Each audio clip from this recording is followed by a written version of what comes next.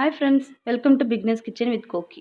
இன்றைக்கி நம்ம சேனலில் என்ன ரெசிபி பார்க்க போகிறோன்னு பார்த்தீங்கன்னா, வாங்கி பாத் எப்படி செய்யுதுன்னு பார்க்க போகிறோம். இது கத்திரிக்காய் சாதம்னு சொல்லலாம்.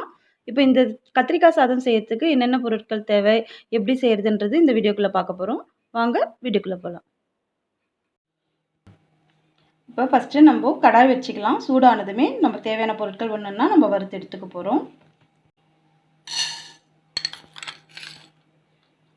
2 ஸ்பூன் அளவு கடலைப்பருப்பு போட்டுக்கலாம். 2 ஸ்பூன் உளுத்தம் பருப்பு போட்டுக்கலாம். ஃபஸ்ட்டு இது கொஞ்சம் வறுத்துக்கலாம்.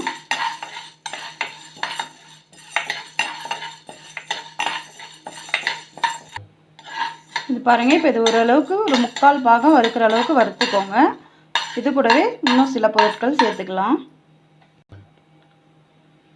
தனியா 2 ஸ்பூன் ஆட் பண்ண போகிறோம். சீரகம் 1 ஸ்பூன், மிளகு 1 ஸ்பூன், பட்டை வந்து 1 பீஸ் போட்டுக்கலாம். ஏலக்காய் 2, கிராம்பு ஒரு 3 போட்டுக்கலாம். இதை ஃபஸ்ட்டு வறுத்துக்கலாம்.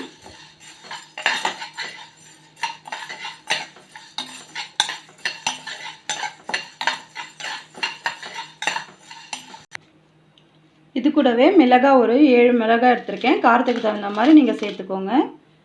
இதையும் வறுத்துடலாம்.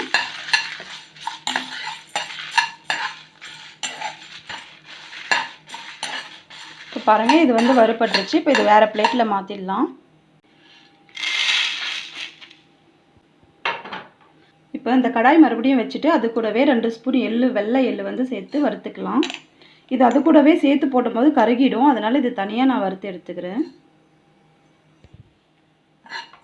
எள்ளு சேர்க்கும் போது இன்னும் டேஸ்ட் நல்லாயிருக்கும். நீங்கள் வேணாம்னு நினச்சிங்கன்னா ஸ்கிப் பண்ணிவிடுங்க. பாருங்கள், இதுவும் வறுபட்டுருச்சு. இப்போ இதுவும் அந்த பிளேட்லேயே மாற்றிடலாம். இப்போ வந்து மறுபடியும் கடாய் வச்சுட்டு நம்ம அதில் வந்து 2 ஸ்பூன் தேங்காய் துருவல் ஆட் பண்ணிக்கலாம்.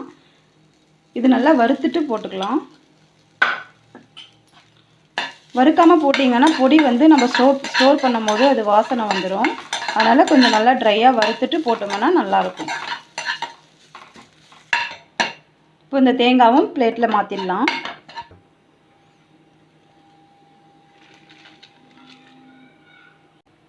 இப்போ இது ஆறட்டும். ஆறுனதுமே நம்ம மிக்ஸி ஜாரில் போட்டு ஒரு பவுட்ரு பண்ணி எடுத்துகிட்டு வந்துடலாம். இது ஆறுனதுமே பவுட்ரு பண்ணிவிட்டு எப்படி இருக்குன்னு காட்டுறேன். பாருங்கள், இப்போ வந்து பவுடர் வந்து அரைச்சி எடுத்துகிட்டு வந்துட்டோம். இப்போ இது எப்படி செய்கிறதுன்னு பார்க்கலாம். இப்போ வந்து 1/4 கிலோ கத்திரிக்காய் எடுத்திருக்கேன். இப்போ இது வாஷ் பண்ணி சின்ன சின்னதாக கட் பண்ணி எடுத்துக்கலாம். நம்ம பாருங்கள், கத்திரிக்காயை வந்து இந்த மாதிரி சின்ன சின்னதாக எடுத்து கட் பண்ணி வச்சுக்கோங்க. இப்போ இது இருக்கட்டும்.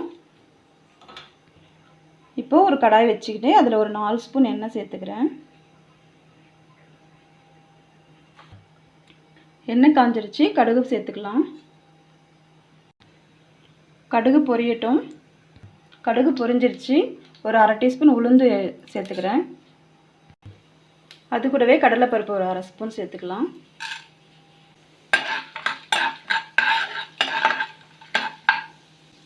இது கூடவே வேர்க்கடலை கொஞ்சமாக சேர்த்துக்கிறேன்.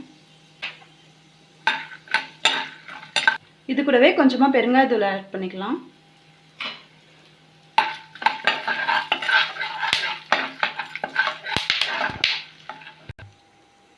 காஞ்ச மிளகாய் 1 சின்னதாக கட் பண்ணி சேர்த்துக்கிறேன்.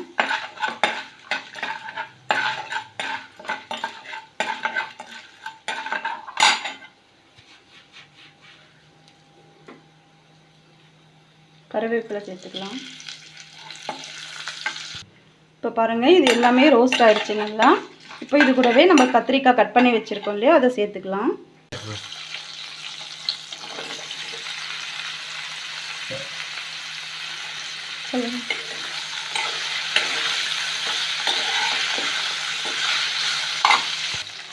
இது எல்லாமே நல்லா கலக்கி விட்டுடலாம்.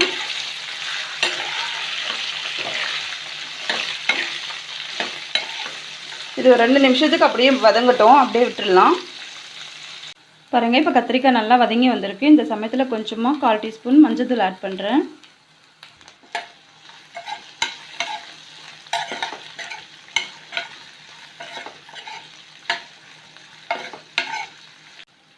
இப்போ இது கூடவே நம்ம மசாலா அரைச்சி வச்சுருக்கோம் இல்லைங்களா, அந்த பவுடர்லேருந்து ஒரு 4 ஸ்பூன் சேர்த்துக்கலாம்.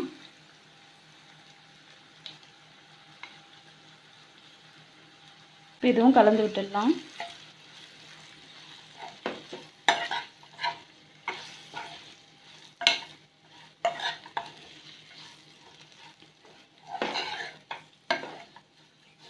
இப்போ இது கூடவே நான் புளி தண்ணி கொஞ்சமாக கரைச்சி வச்சுருக்கேன். ஒரு 2 ஸ்பூன் அளவு சேர்த்துக்கலாம். இது கொஞ்ச நேரம் நல்லா வேகட்டும், அது வரைக்கும் வெயிட் பண்ணலாம். பாருங்கள், இது ஒரு 5 மினிட்ஸ் நம்ம சிம்மிலேயே வச்சுருந்தோம். இது ரெடி ஆகிடுச்சு. இப்போ இதுக்கு தேவையான அளவு உப்பு சேர்த்துக்கலாம்.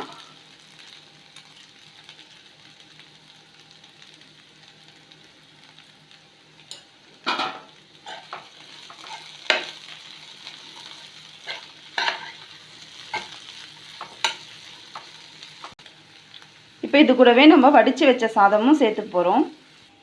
நான் ஆல்ரெடி வடித்து வச்சுருக்கேன், சாதம் உதிரி உதிரியாக வடிச்சிருக்கேன். இப்போ இதுவும் அதோடு சேர்த்துக்கலாம்.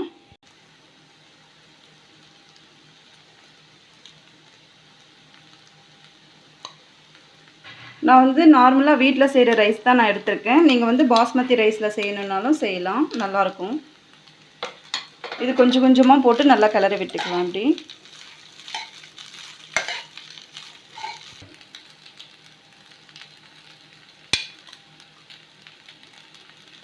பாருங்கள், இப்போ இது எல்லா பக்கமும் கலந்து விட்டாச்சு. இது ஒரு 2 நிமிஷம் அப்படியே நம்ம வைக்கலாம்.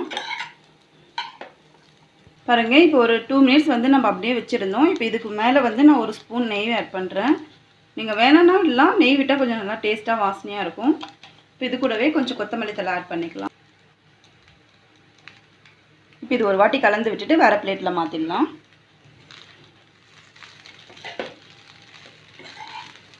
அவ்வளோதாங்க, நம்ம வாங்கி பாத் சூப்பராக ரெடி ஆகிடுச்சு. இப்போ இது வேறு பிளேட்டில் மாற்றிடலாம்.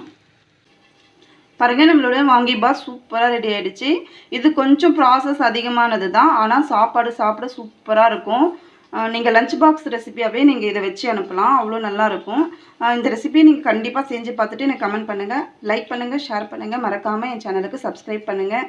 இன்னொரு நாள் இன்னொரு ரெசிபியில் பார்க்கலாம். தேங்க்யூ.